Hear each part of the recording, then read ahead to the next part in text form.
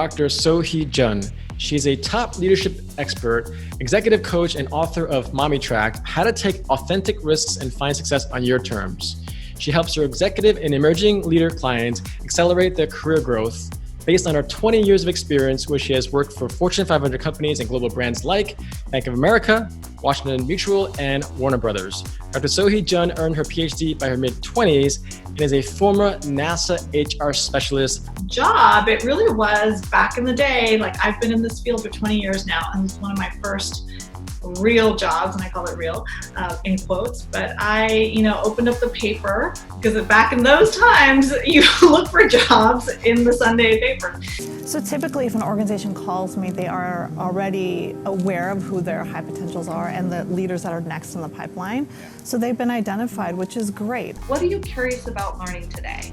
These are really great topics to cover, and I will, as I go through kind of my journey, share tidbits with you as it relates to your questions and what you're curious about. A little bit about my trajectory, where I've been, and I'll end with, on this slide, what I call the secret sauce, because it gets to kind of what I think amounts to my success in my career and my trajectory thus far. Gosh, that was a big year.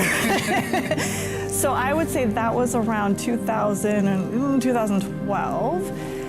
But again, mind you, like, I had been trying things. As I'm coaching these women, I'm taking my own risk too, and I talk a lot about this with women that I coach.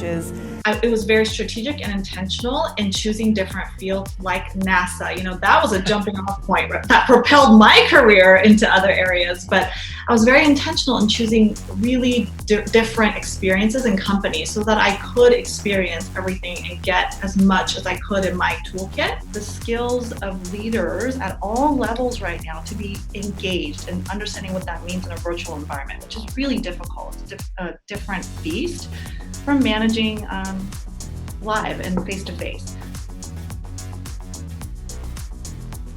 So my book is really about how do I help women own, again, what is their definition of success? What does that look like?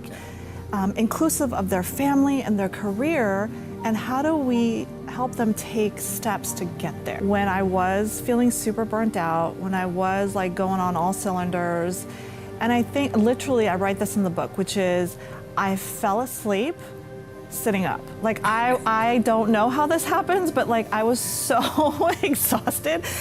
I was coaching my daughter's soccer team. I was working 50, 60 hours a week. I had the large team I was managing, and I was doing the grocery shopping, and I was taking so much on because I thought I had to do it all, and I didn't know what integration meant at that time. And I literally was just like this, with my kids draped all over me, and my husband happened to take a picture.